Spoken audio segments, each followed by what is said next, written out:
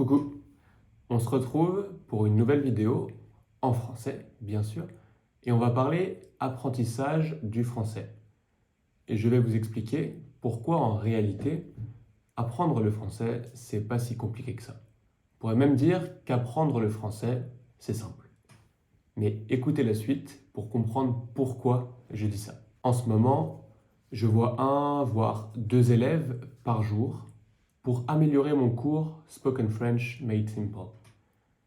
J'adore ce moment car ça me permet de rencontrer des personnes du monde entier, apprendre plein de nouvelles choses sur l'art, l'histoire, la finance, etc. Comprendre quelles sont vos problématiques par rapport à l'apprentissage du français, bien sûr, améliorer mon cours. Et je vais m'arrêter là parce que c'est pas le sujet. Au cours de ces appels, j'ai toutes sortes de questions. Mais il y en a une qui revient souvent. Comment apprendre le français? Si seulement j'avais la solution miracle. J'aime pas trop cette question. Elle veut tout et rien dire.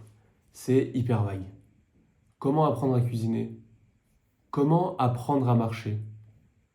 Vous pouvez répondre à ces questions en quelques phrases, vous? Alors, si vous aussi, vous vous posez aussi la même question, je vais vous faire gagner du temps. Apprendre une langue, c'est simple.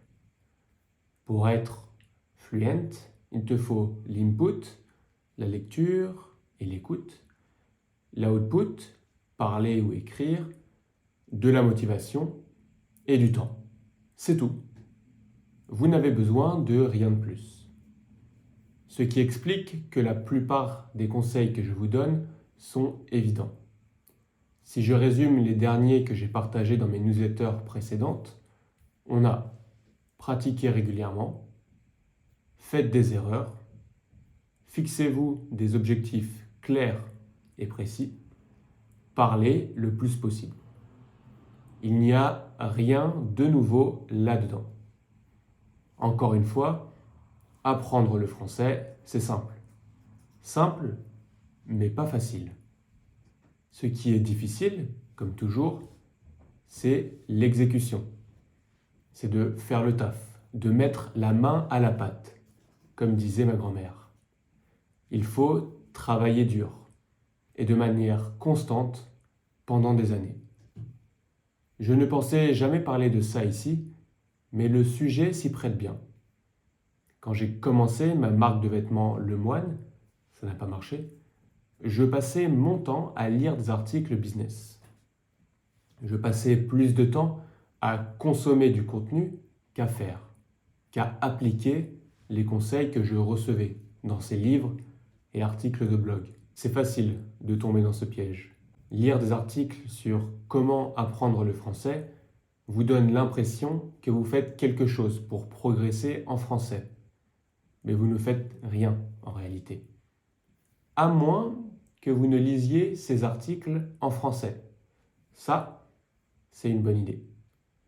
Au lieu de passer les 20 prochaines minutes à lire des articles sur comment apprendre le français, utilisez ces quelques minutes précieuses pour vraiment passer à l'action.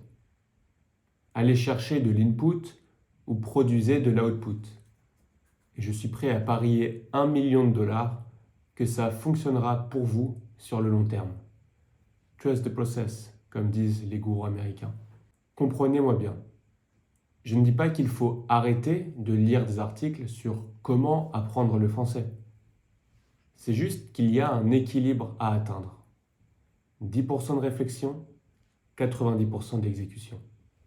Lisez un article, puis mettez en pratique les conseils pendant 1 mois. Puis lisez un autre article. J'espère que ça vous aidera. Si tu as aimé la vidéo, n'hésite pas à t'abonner, liker, partager. Peut-être que ça peut plaire à d'autres personnes. Et je te dis à la prochaine. Ciao!